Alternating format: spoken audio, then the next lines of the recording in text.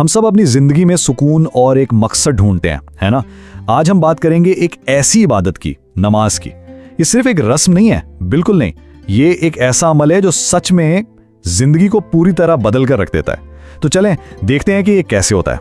अच्छा, आगे बढ़ने से पहले ना एक लम्हे के लिए रुकते हैं और खुद से एक सवाल पूछते हैं। ये जो हमारी भाग दौड़ भरी जिंदगी है, इसमें आखिर वो क्या चीज़ है जो वाकई सबसे ज़्यादा अहम है? बस एक लम्हे के लिए इस पर ज़रूर सोचिएगा। ये जो जिंदगी की भाग दौड़ है, कुछ जानी पहचानी लगती है ना। हम सब एक ना खत्म होने वाली रेस में लगे हुए हैं। तो पहले ये समझते हैं कि ये जो आजकल की मसरूफियात हैं, ये हमारी ज़िंदगी पर आखिर असर कैसे डाल रही हैं और हमें किस चीज़ से दूर ले जा रही हैं। तो देखें, आजकल की जिंदगी कुछ ऐसी ही है ना। हर वक्त काम, मोबाइल फ़ोन और फिर दुनिया जहान के काम, और इस सब शोर में हम अक्सर एक ऐसी चीज़ को पीछे छोड़ देते हैं जो इन सब चीज़ों से कहीं ज़्यादा सुकून दे सकती है। लेकिन इसी सारे शोर के बीच दिन में 5 बार एक आवाज़ गूंजती है, अल्लाह का बुलावा। अक्सर हम इसे बस एक ऐलान समझकर नज़रअंदाज कर देते हैं, लेकिन क्या ये वाकई सिर्फ एक ऐलान है या इससे कुछ ज़्यादा? चलें इसे एक बिल्कुल नए एंगल से देखते हैं। तो ये जो अजान है ना, ये सिर्फ एक आवाज़ नहीं है। यूं समझें कि कायनात का बनाने वाला खुद ज़ाती तौर पर हमें एक दावत दे रहा है।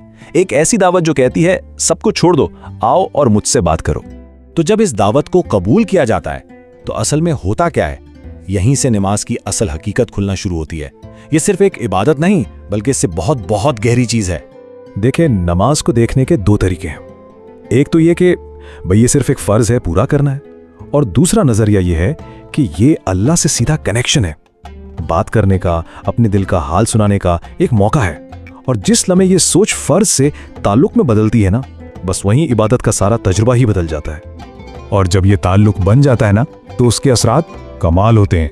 दिन में 5 बार रुकना, ये जिंदगी में एक डिसिप्लिन ले आता है। अल्लाह के सामने खड़े होने से दुनिया की सारी परेशानियां जैसे पीछे रह जाती हैं और दिल को एक अजीब सा सुकून मिलता है। और ये तो सिर्फ शुरुआत है।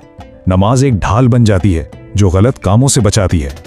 और ये कोई ख्याली बात नहीं है, ये एक वादा है। कुरान खुद इस बात की गवाही देता है कि बेशक नमाज बेहयाई और बुरे कामों से रोकती है। ये आयत हमें याद दिलाती है कि नमाज का असर कितना हकीकी और कितना गहरा है। हर नमाज में ना एक लम्हा ऐसा आता है जो उस ताल्लुक की मेराज है। एक ऐसा लम्हा जब हमारे और हमारे रब के दरमियान सारे फासले मिट जाते हैं। जी हाँ, बात करते हैं सजदे की। सजदा ये सिर्फ माथे को जमीन पर रखना थोड़ी है। ये तो अपनी सारी फिक्रें, अपना सब कुछ अपने रब के हवाले कर देने का नाम है। ये वो लम्हा है जब इंसान सबसे ज्यादा कमजोर होता है और साथ ही सबसे ज्यादा ताकतवर भी। और इस लम्हे में जो सुकून है ना, वो सच में लफ्जों में बयान नहीं किया जा सकता। अच्छा, ये सब जानने के बाद अब सवाल ये पैदा होता है कि इस तब्दीली को अपनी जिंदगी में लाया कैसे जाए, शुरू कहां से किया जाए? जवाब शायद इतना मुश्किल नहीं जितना लगता है।